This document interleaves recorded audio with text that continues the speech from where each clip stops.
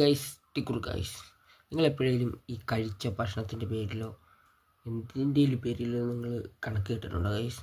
ഞാൻ കേട്ടിട്ടുണ്ട്. ഞാൻ ഒരുപാട് അനുഭവിച്ചിട്ടുണ്ട്. പലപ്പോഴും നമ്മൾ ഒറ്റപ്പെടൽ സങ്കടം വരുമ്പോൾ ഞാൻ മാറിയിരുന്ന് കരഞ്ഞിട്ടുമുണ്ട്. നമ്മൾ ഈ അസുഖത്തിൻ്റെ പേരിൽ പലപ്പോഴും നമ്മളെ മാറ്റി നിർത്തും ഗൈസ്. അതൊക്കെ ഭയങ്കര വിഷമം തരുന്ന ഒരു കാര്യമാണ്. കാരണം നമുക്ക് എന്തെങ്കിലും വയ്യാഴിക ഉണ്ടെങ്കിൽ നിങ്ങളുടെ കൂട്ടത്തിൽ എന്തെങ്കിലും വയ്യാഴിക ഉള്ളതല്ലോ ഉണ്ടെങ്കിൽ ഒരിക്കലും മാറ്റി നിർത്തും. എനിക്ക് അങ്ങനെ കുറേ അനുഭവം ഉണ്ടായിട്ടുണ്ട്. പിന്നെ എൻ്റെ അപ്പൻ്റെ അമ്മേനെ ഏറ്റവും വലിയ വിഷമം എന്ന് വെച്ച് കഴിഞ്ഞാൽ അത് ഞാനായിരുന്നു ഗൈസ്. എനിക്ക് കണ്ണ് കാണാത്ത സമയത്ത് എന്താകും എൻ്റെ ലൈഫ് മുന്നോട്ട്. കാരണം എൻ്റെ കൂടെ പഠിച്ച ആൾക്കാരെല്ലാം ദുബായിക്ക് പോകുന്നു, സ്വന്തമായിട്ട് ജോലി, അങ്ങനെയുള്ള ഓരോ കാര്യങ്ങൾ നേടുമ്പോൾ എനിക്ക് മുന്നോട്ട് എന്ത് ചെയ്യണമെന്ന് ഓർത്ത് പലപ്പോഴും പല ഡിപ്രഷൻ വന്നിട്ടുണ്ട്. അപ്പോഴൊക്കെ എനിക്കൊരു ആത്മവിശ്വാസം ഉണ്ടായിരുന്നു. പക്ഷേ എന്തെങ്കിലും ഞാൻ റെഡിയാകും. പിന്നെ ദൈവം എന്തിനാ ഇങ്ങനെ സൃഷ്ടിച്ചത് ഒരുപാട് സങ്കടപ്പെട്ടിട്ടുണ്ട്.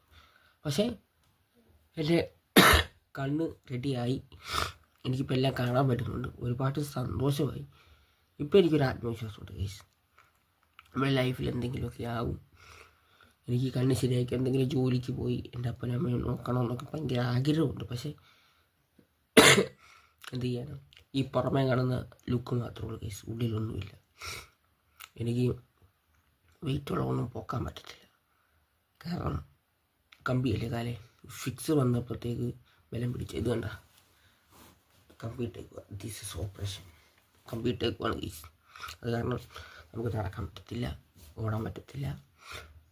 ഒരു സന്തോഷം തന്നപ്പം അപ്പുറ ഭാഗത്ത് ഇനിയും കടന്നാൽ ഇഷ്ടം പോലെ കിടക്കാനുണ്ട്, ഇത് ചെയ്യാനാണ്. പക്ഷേ ഇപ്പം എനിക്ക് ഒരുപാട് ആത്മവിശ്വാസമുണ്ട്. ഈ 2025 ആകുമ്പോൾ എൻ്റെ ഈ 2 കിഡ്നി ഏതെങ്കിലും ഒരു കിഡ്നി മാറ്റി വെച്ച് ഞാൻ നല്ല ആരോഗ്യവനായി അടിപൊളിയാകും ഗൈസ്, ഉറപ്പാണ്.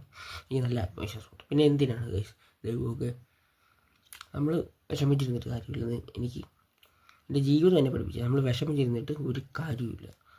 നമ്മൾ വിഷമിച്ചിരുന്നിട്ട് പോകത്തേ ഉള്ളൂ. മറിച്ച് നമ്മളെ കൊണ്ട് എന്ത് ചെയ്യാൻ പറ്റുന്നുണ്ടോ അത് ചെയ്യാൻ ഉള്ള ധൈര്യം. ദൈവം ഒരാളെ ചുമ്മാ സൃഷ്ടിച്ചിട്ടില്ലല്ലോ അല്ലേ.